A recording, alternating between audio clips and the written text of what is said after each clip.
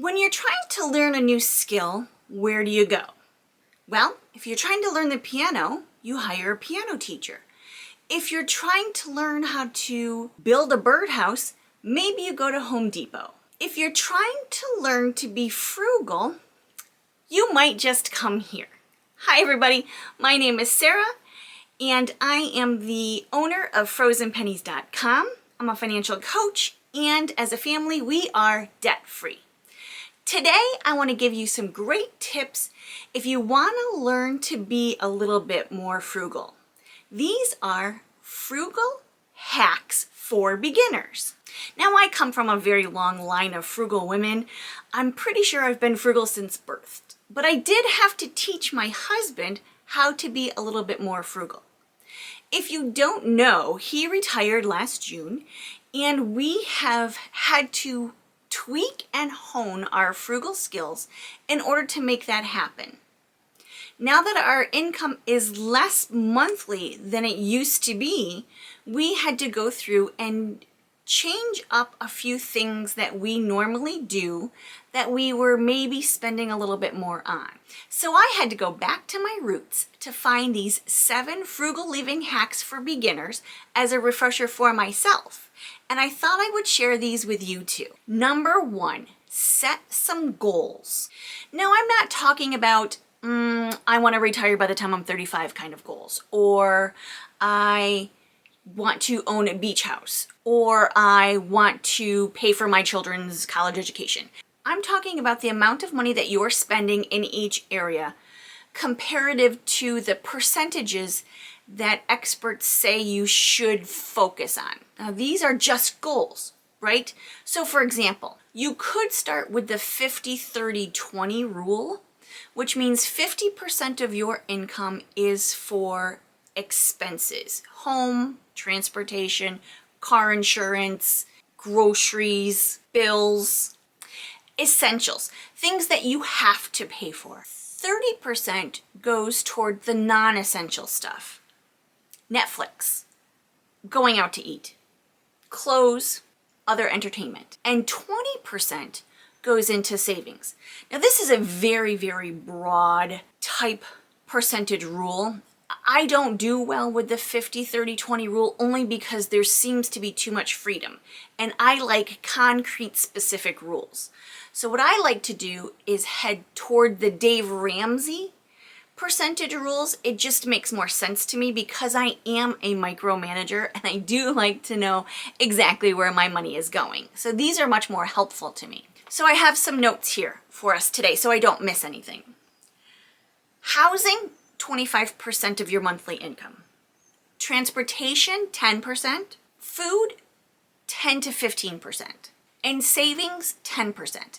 Now this will vary a little bit for savings because if you are not debt free, then I would suggest decreasing that savings amount just for now, not forever, just for now, decreasing that savings amount to try to pay off the debt. That's kind of an important step here. You really need to get rid of debt. Debt is a killer of the frugal living lifestyle. And maybe that's why you want to live a frugal life, because you have debt that you want to get rid of. This says entertainment 10, personal expenses 10, and miscellaneous 10. I'll link all of the exact percentages for you in the description below. If you are not at these percentages, it's a fantastic goal to try to work toward them. That's what I really love about having these percentages handy because everybody's different, right? Personal finance is personal. So we're going to find that we spend more in one area and maybe less in another. Creating these goals to find your personal percentages will help you get there. It will help you become more frugal.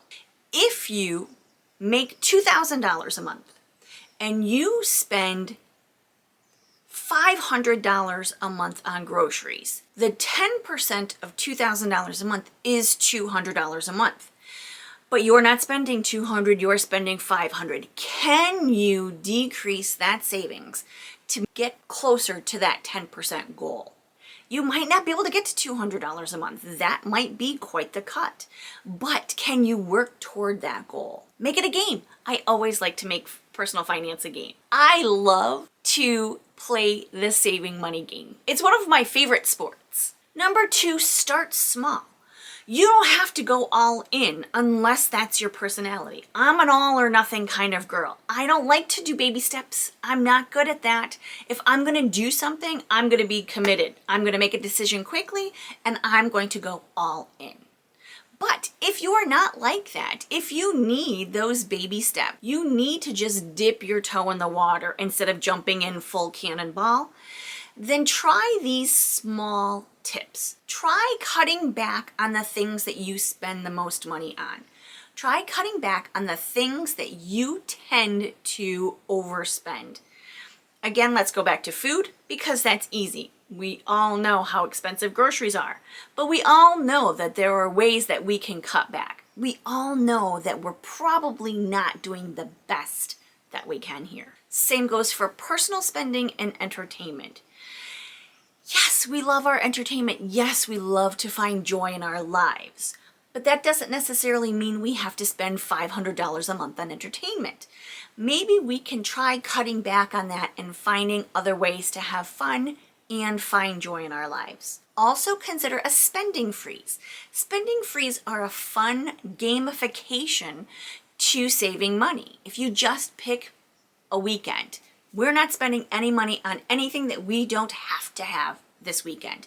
Just this weekend, just for 3 days or 2.5 days, whatever it might be for you, just to kind of get a feel for what it's like to not spend money. And then take that money, literally take that money and transfer it into a different account. If you're interested in learning more on how to do a spending freeze, I'm going to leave an iCard on top for you so you can gather some more information. Number 3. Frugal living does not mean not spending any money. It just means that you're being smart with your money. So give yourself a little bit of grace and give yourself a little bit of freedom money. This just means $10 a week to do exactly what you want to do. It will help keep that momentum going when you're trying to live a frugal life. Personally, my freedom money is spent on books. Yeah, it's probably spent on books. Whether it be digital, Kindle books, or physical copy. Sometimes I really just need that physical copy. But giving yourself a little bit of money each week to do exactly what you want to will keep you from feeling restricted and keep you from being miserable. Number 4, learn to say no. No is a complete sentence. This goes for children, for spouses, for friends and family, and for yourself. Self-talk is a huge tool for this. I love doing this. I'll be in a store or somebody will be having one of those parties online on Facebook where they're selling candles or Norwex or makeup or whatever it might be, and really asking myself, do I need this? Can I get by without it? Where will I put it? And do I really truly love it enough to spend the money for it?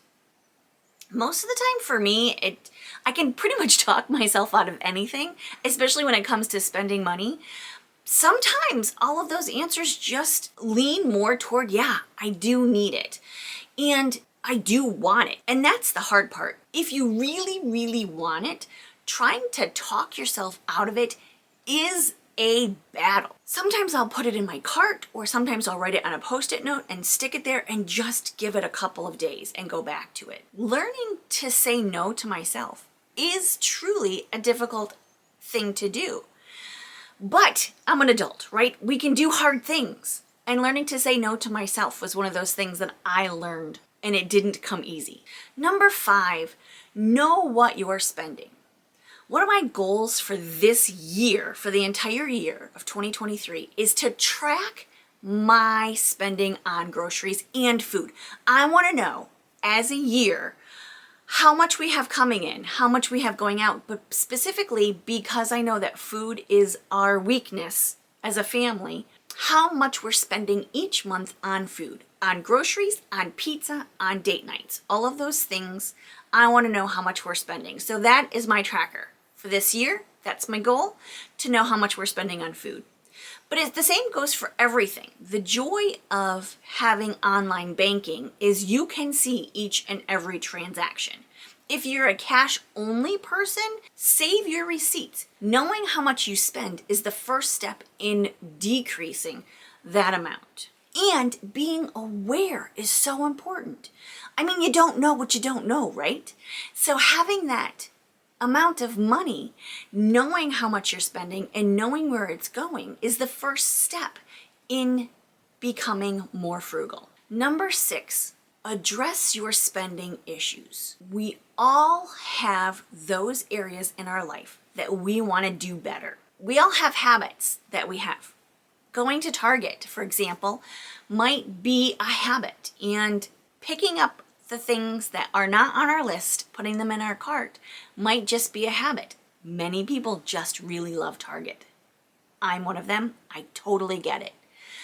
But making yourself aware of these habits and aware of these behaviors that we have can really help with cutting back those and being more frugal. So I still go into Target. I still have a budget. I still have a list. I know how much I plan on spending, and I know what I need to get. And I stick to that for the most part. Also, for me, I might suggest that you leave your husband at home, because every time I bring my husband into any store, I tend to spend way more than I normally do. If you can, shop alone. That's just a side note. And lastly, tackle your food budget. I've touched on this throughout the video, but it's such a big portion of our spending. And we've watched the prices go up and up and up in these last few years. So really, setting some time up to focus on your food and your budget, finding alternative sources for food that are cheaper could really transform you from a spender to a saver, from a spender to a frugalista. Food is that great area where we have some give and take, where there's some flexibility there. You can shop at different stores. You might not have an Aldi, but you might have a Price Right. You might not have a Walmart close by, but you might have a farmer's market. You might not have a farmer's market, but you might have a local farmer that sells eggs. Oh, with the eggs already. Be a little bit flexible on where you're spending your money. Try other places other than grocery stores to get your food. Attempt to grow something in a windowsill. Really examine where you're finding your food from to see if you can reduce that just a little bit. Being frugal is something that everybody can learn to do. It's not something that comes naturally unless you were brought up, as I was, in a frugal household.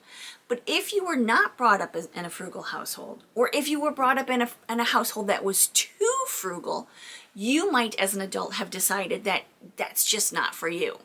But you might also be finding that money is becoming a little bit more tight, and it might be time for you to experiment with a frugal living life. So I hope that these 7 frugal living tips for beginners were helpful to you. And if you have anything else that you would like to share, please do so in the comments. I really enjoy reading them. Thank you so much, everybody, and have a great day. Bye-bye.